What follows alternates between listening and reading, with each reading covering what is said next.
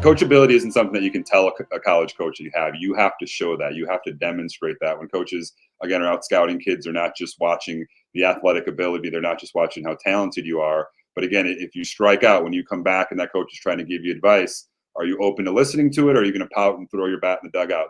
That's little stuff that can really make a big impact. So, Scott, obviously, when you were going through this process, what were you trying to show coaches from a coachability standpoint? What were you doing, whether it be on the sidelines in a game? Again, you being a long snapper, you weren't getting a ton of snaps, so you had to really probably have more coachability and more engagement than most kids that were maybe seeing half the game on the field. Yeah, absolutely. I mean, I remember when I was going through the whole camp circuit coming through high school, there would be times where I would specifically go to camps that were only position drills camps, and I would be the only long snapper there. And obviously maybe I would have like a 15-minute workout, but I would stay after and maybe shag balls or help pick up trash. And it's just doing those things where you think maybe no one's watching you. There's always going to be someone watching you. It's being the first in every drill. It's walking up to college coaches, giving them a firm handshake, looking them directly in the eye, just speaking with confidence.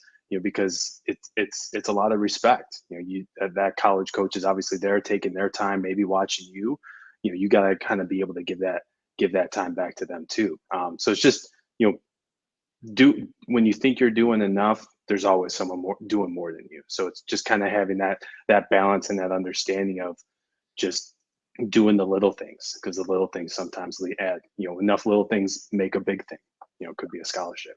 I love what you said there. You never know who's watching. My parents used to always tell me that as a kid, and it certainly resonates. And again, you never know. You think no one's watching, someone sees that, and again, maybe that's a negative, that's a positive to kind of who you are as a recruit. So, Kyle, we talked a lot about kind of the competition, in games, camps. I mean, this is places where kids can really kind of demonstrate that coachability.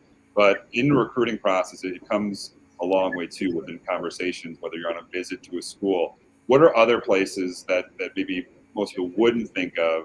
When you think of coachability, you think of like, all right, my arms here, it needs to be here when I'm throwing the curveball. You think about the jumper, it needs to be here instead of here. What are other areas that kids can show coachability besides their skill level and their ability in their sport?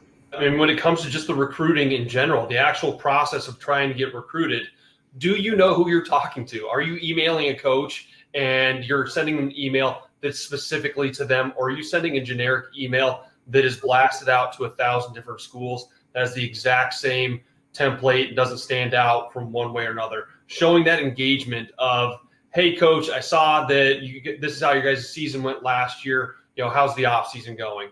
Hey, coach, I see that you guys won last week in a narrow game.